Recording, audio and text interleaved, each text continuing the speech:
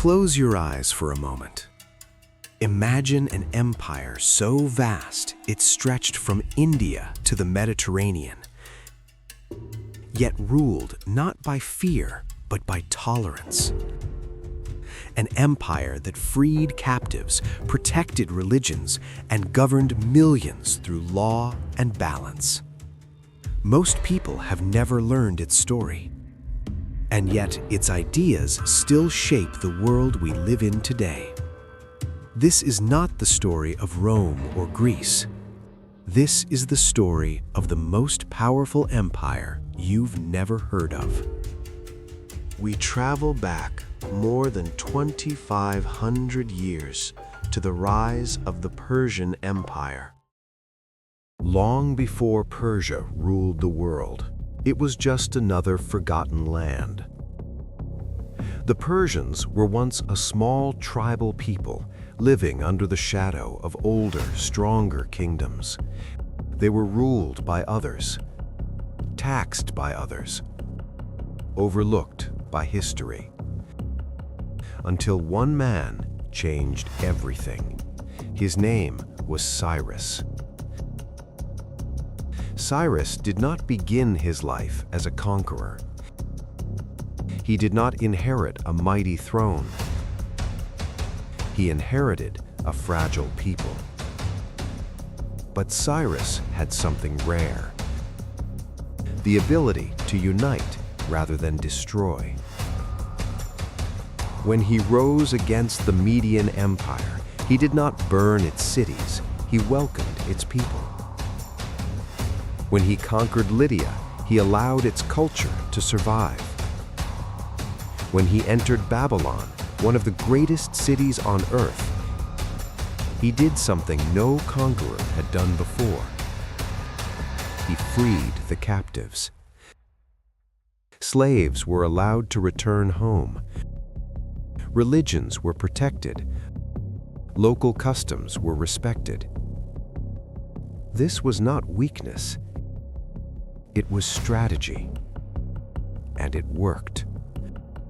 Within a single generation, the Persian Empire became the largest empire the world had ever seen. Not through terror, but through tolerance. The true power of Persia was not its armies, it was its system. The empire was divided into regions called satrapies, each governed by a satrap, a local ruler who understood the land, the people, and their traditions. Taxes were standardized. Laws were recorded. Roads connected continents. The royal road stretched for thousands of miles. Messengers could cross the empire faster than any civilization before them. Persia created something new: a world government. Different languages, different religions, different cultures, all existing under one system. And remarkably, it worked. While other empires collapsed under rebellion, Persia endured. For over 200 years, it ruled peacefully over millions. This was not an empire built on fear, it was built on balance. But no empire escapes gravity.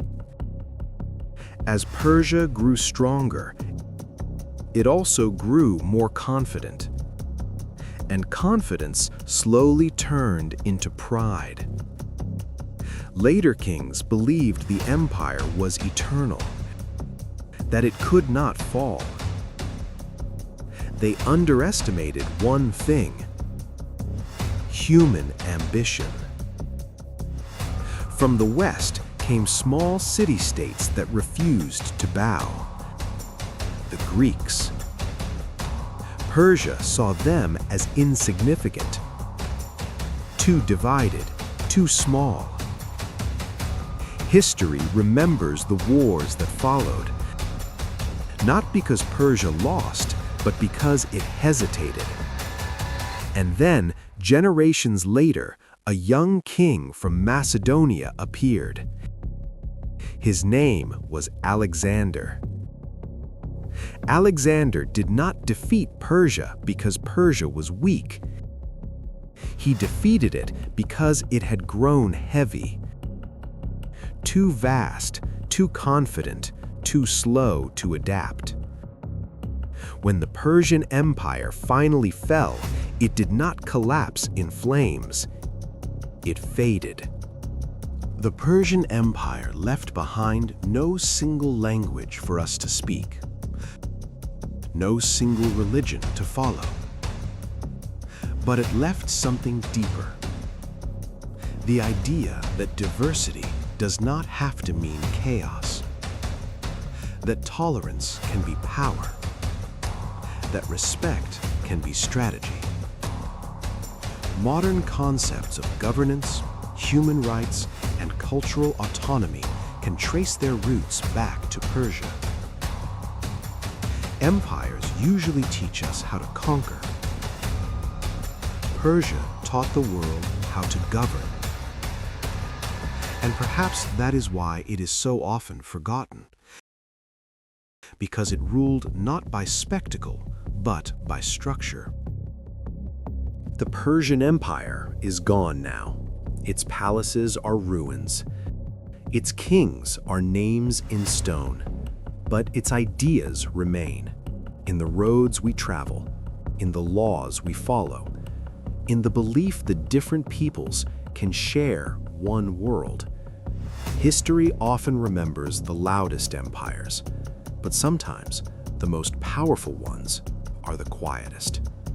This was the story of the most powerful empire you've never heard of.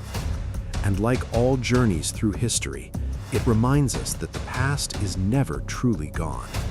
It is simply waiting to be remembered.